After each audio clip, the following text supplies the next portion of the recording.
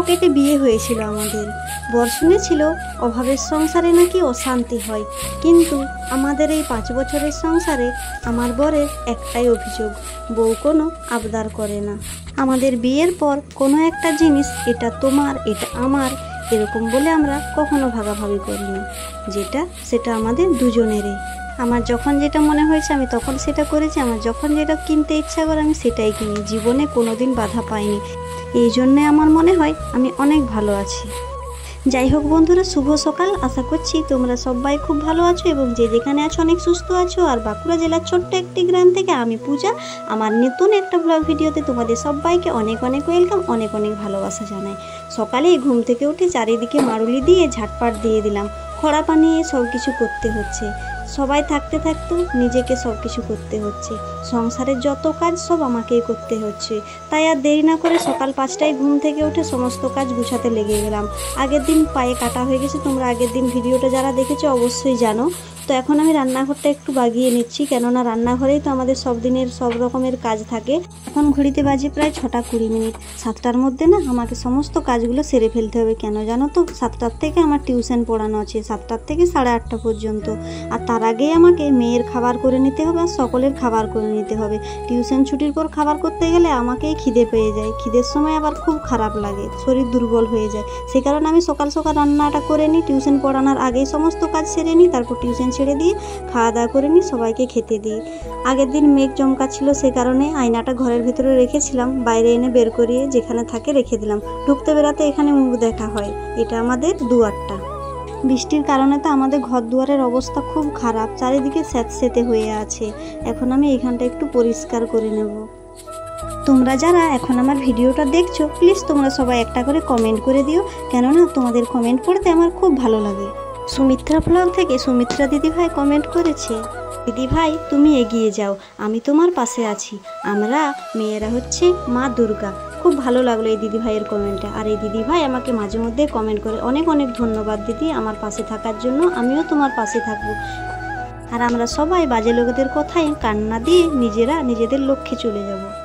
আমার না প্রতিদিন উনুন ধরানোর খুব কষ্ট হয়, সেই কারণে বিস্কুটের প্যাকেট, পাউডার দুধের প্যাকেট, আমার মেয়ের ম্যাগির প্যাকেট, এই সমস্ত প্যাকেটগুলো আমি ফেলি না, তাহলে একটু উনান জ্বালাতে সুবিধা হয়। এই দেখো এখন আমি কাঠ দিয়ে পালা দিয়ে তারপর ওই প্যাকেট দিয়ে আগুন ধরাই প্রতিদিন। এখন আমি সকালের কিছু তরকারি করব আর মেয়ের জন্য খাবার করে রাখবো, তারপরে পড়াতে চলে যাব। জুটিকা বর্মন থেকে এক বোন আমাকে কমেন্ট করেছে, একা সংসারে একা কাজ করা যে কত কষ্টের কেউ না বুঝুক দিদিভাই, আমি বুঝি, কারণ আমিও একা। তাই তোমাকে বলছি দিদিভাই, কারো কথায় কান না দিয়ে তুমি তোমার লক্ষ্যে আগে এগিয়ে যাও। বোন কমেন্টটা পড়ে আমার মনটা খুব ভালো লাগলো। এরকম যদি সবাই পাশে থাকে, সবাই এভাবে কমেন্ট করে, তাহলে তো মনে অনেক সাহস পাবে, তাহলে তাড়াতাড়ি আগে এগিয়ে যাব। এই দিকটাতেই আমি টিউশনে পড়াই, এখানে আমার ছোট্ট কাপড়ের দোকান আর সেলাই করি, তার সাথে পার্লারের কাজটা এই রুমটারই একটা সাইডে করে থাকে। এখন বাজে প্রায় 7টা মতো। এই দিকটা ঝাড় দিয়ে হয়ে গেলে তারপর ছাত্রছাত্রীরা এলে পড়াতে বসে যাব, তারপরে বাকি কাজ হবে। তোমাদের সাথে গল্প করতে করতে আমাদের সকালের খাওয়া দাওয়া হয়ে খেতে দিয়ে দিয়েছি, তারপরে স্নান টান করে এসে দেখো আমি রান্না করতে বসে গেছি। রান্নাও প্রায় হয়ে গেছে, ভাত হয়ে গেছে আর তরকারিও হয়ে গেছে, শুধু এখন মাংসটা একটু করে নিচ্ছি, বাকি ছিল। তারপরে না আমার পাটে একটু ড্রেসিং করতে হবে, প্রতিদিন একটু করে ড্রেসিং করি, নইলে না আবার তুলোগুলো চিটে যায়। তো এই যে বরবাবু এখন আমাকে একটু ড্রেসিং করে দেবে। নিজের বর যদি পাশে থাকে, এভাবে ভালোবাসে, তাহলে একটা মেয়ের জীবনে আর কি চাই। আমি আমার মা বাবাকে সবসময় একটা কথাই বলি, আমি অনেক ভালো আছি। জানো তো বন্ধুরা, আমাকে না এ বাড়িতে বিয়ে দিতে চাইনি, কেন জানো? আমি তো অনেকটা পড়াশোনা করেছি, MA পাস, মাস্টার ডিগ্রি, তোমরা তো অনেকেই জানো। তাছাড়াও আমার বাপের বাড়ির পরিবারের অবস্থা একটু ভালো, মধ্যবিত্ত পরিবার, আর আমার শ্বশুর বাড়ির পরিবার একটু গরিব ফ্যামিলি। সে কারণে আমাকে কোনো মতে এখানে বিয়ে দিতে চাইনি। বলেছিল যে মানে ভালো, সবাই তো একটু মা বাবা চাইতো যে মেয়ের খুব ভালো ঘরে বিয়ে হোক, কিন্তু আমি একটা কথাই বলেছিলাম, আমি ভালো ঘর চাইনি, একটা ভালো মানুষ চাই, যাকে নিয়ে সারা জীবন সুখে শান্তিতে থাকবো। জানো তো বন্ধুরা, কুঁড়ে ঘরেও তো সুখী থাকা যায়, যেখানে মানসিক শান্তি নেই সেখানে কিচ্ছু নেই। এইভাবেই বিয়েটা আমাদের হয়েছিল। আর আমার বোনের বিয়েটা কিভাবে হয়েছিল, আমাদের দুই বোনের বিয়ের একটা ভিডিওতে তোমরা অনেকেই কমেন্ট করেছো, তো তাদেরকে বলছি আমার আর আমার বোনের একদিনেই বিয়ে হয়েছিল। তো কিভাবে হয়েছিল সেটা তোমাদেরকে জানিয়ে দিচ্ছি। ফার্স্ট আমার সব কিছু ঠিকঠাক হয়ে গেল, মানে বিয়ে টিয়ে সব কিছু ঠিক হয়ে গেল, ডেট ঠিক হয়নি। তারপরে বোনের বর পূজা শুরু হলো, বোনের দেখাশোনা করা হলো কিন্তু এক জায়গায়, তারপরে ঠিক হলো। তারপরে দুজনের বিয়ে ঠিক হওয়ার মানে দেখাশোনা ঠিক হওয়ার পর বিয়ের ডেট ঠিক করা হলো। তারপরে একদিনে আমাদের দুজনের বিয়ে হয়েছিল। আমি বলেছিলাম যে বোনের না বিয়ে দিলে আমিও করবো না। বোন আমার থেকে 2 বছরের ছোট, কিন্তু মানে আমার থেকে দেখতে বড়, মানে লম্বা আর একটু মোটামুটি। তাহলে ওর পড়াশোনা তো তেমন একটা মন ছিল না, তো কি করলো, বাড়ির লোক দিয়েই দিল। একদিনই আমাদের বিয়েটা হয়েছিল, খুব ভালোভাবে হয়েছিল। তো আমার বাপের বাড়িটা মাঝখানে গোয়ালতোড়, আর আমার শ্বশুর বাড়ি একদম বাঁকুড়া ডিস্ট্রিক্ট, আর বোনের শ্বশুর বাড়িও মেদিনীপুর ডিস্ট্রিক্ট, কিন্তু বাপের বাড়িটা মাঝখানে, আর দুজন দুদিকে ভাগ হয়ে গেছে। মানে আমার বাড়ির থেকে বোনের বাড়ির দূরত্বটা অনেকটাই।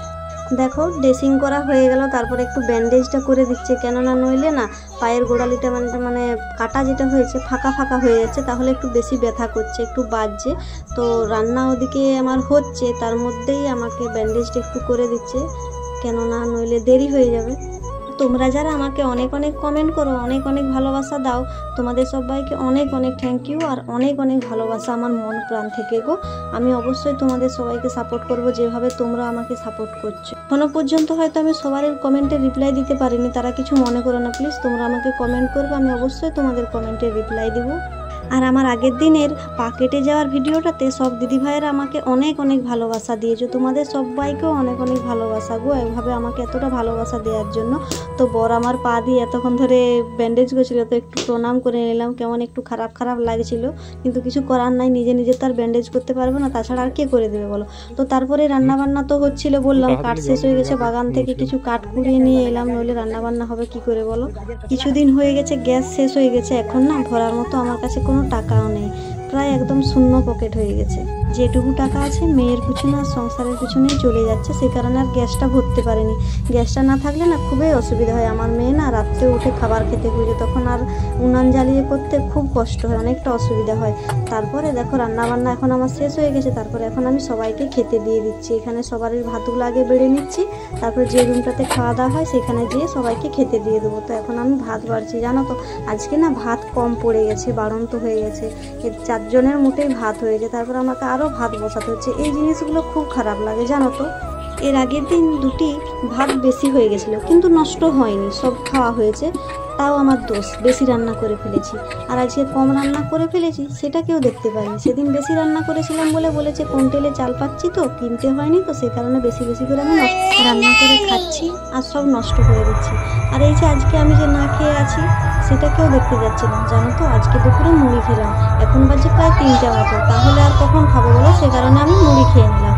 তারপরে এখন দেয়ালের নকশাটা একটু করতে বাকি ছিল, সেটাই একটু করে নিচ্ছিলাম সবাইকে খেতে দিয়ে। আজকে তো পায়ের ব্যথা আছে, ভিডিও করতে পারিনি, সেই কারণে ভাবলাম এই ডিজাইনটা একটু করে দিই, কেমন লাগছে অবশ্যই তোমরা কমেন্টে জানিও। তারপরে মেয়ের নাচের প্রোগ্রাম সেখানে চলে গেলাম। এই দেখো পুচকি সোনামণি নাচ করতে নিয়ে গেছে। এই অনুষ্ঠানের মধ্যে সব থেকে ছোট্ট হলো আমার মেয়ে, তাই সবাই অনেক ভালোবাসা দিয়েছে। আর আজকের ভিডিওটা এই পর্যন্ত যাচ্ছে। আর তোলা হলো নাচটা, জানো তো একদম সবাই ভালো থেকে সুস্থ থাকবে। দেখা হচ্ছে পরের